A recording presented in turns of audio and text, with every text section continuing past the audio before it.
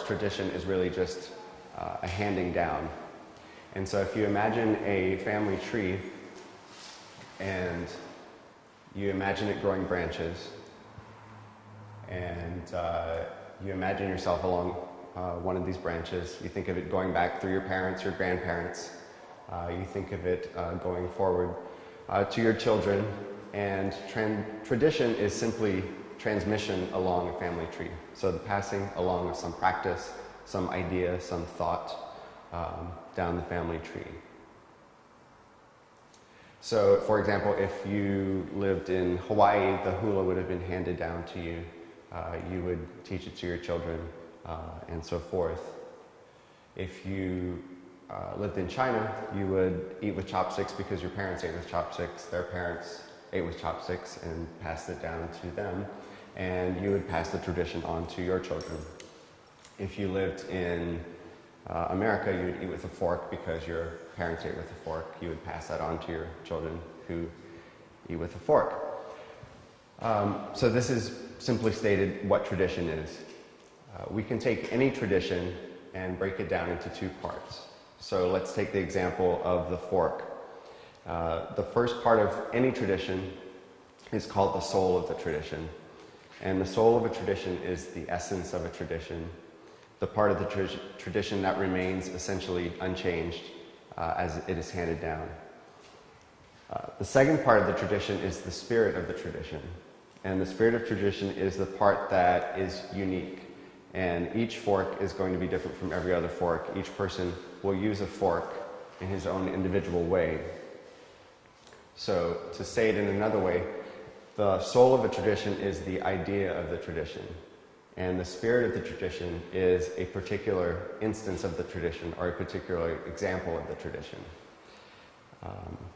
The soul of the tradition is the form of the tradition, and the spirit of the tradition is the flavor of the tradition. So if you imagine a zipper in your head right now, just everybody imagine a zipper. Okay, you're thinking of the soul of the zipper. Now if you imagine a particular zipper, then you're thinking of the spirit of the zipper. The soul of a tradition is the part that stays the same. The spirit of the tradition is the part that changes.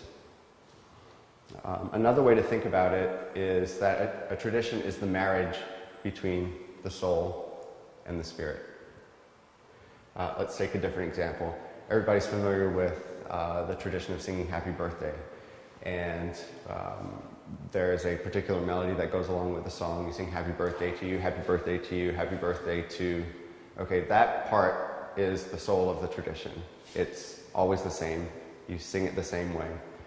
The part that changes, depending on whose birthday it is, that's the spirit of the tradition.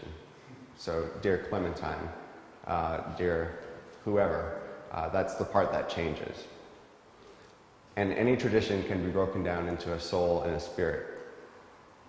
If you think of the tradition of gumbo, and think of the practice of making gumbo being handed down along the family tree.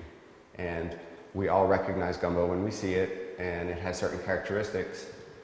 And so that part is the soul of the tradition. The spirit of the tradition are the unique ingredients that someone adds to it, or the special twist that a chef will put in making the gumbo. That's the spirit of the tradition. And basically you have traditions in language, you have traditions in dance, you have traditions in music, traditions in cooking. All of these have the same two parts. Each tradition has a soul and a spirit. And so now that I've established this basic vocabulary for talking about tradition, I'm going to talk to you a little bit more about the specific tradition of the painted concrete Madonna. So most of you are probably familiar with this tradition, and you've probably seen examples of it. It's a global tradition. This is a photograph of a statue that my father took in Maui. This is a statue that I found in Holland. And this is a statue I found in a cemetery in Mexico. But this tradition, although it's global in nature, has a particularly vibrant and thriving presence in the southern half of Louisiana. And the statues that you see on this map here represent particular epicenters of this tradition. If you notice, in the central part of the state around Lafayette, there's a particularly strong presence, and over in New Orleans, but basically all across the state. And they're found mostly in graveyards and cemeteries. Common to also see them in front lawns and gardens.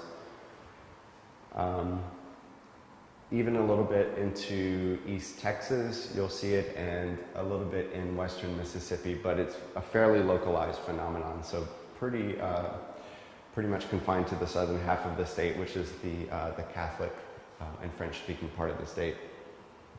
So, using the tradition, using the vocabulary that I established earlier, the soul and the spirit, this would be the soul of the tradition, the form, the blank concrete statue, sculpture, and the paint is the spirit of the tradition. So the first part, we'll talk about the soul. So we're just talking about the basic concrete sculpture. And we'll sort of divide it into speaking of the soul first and then the spirit later.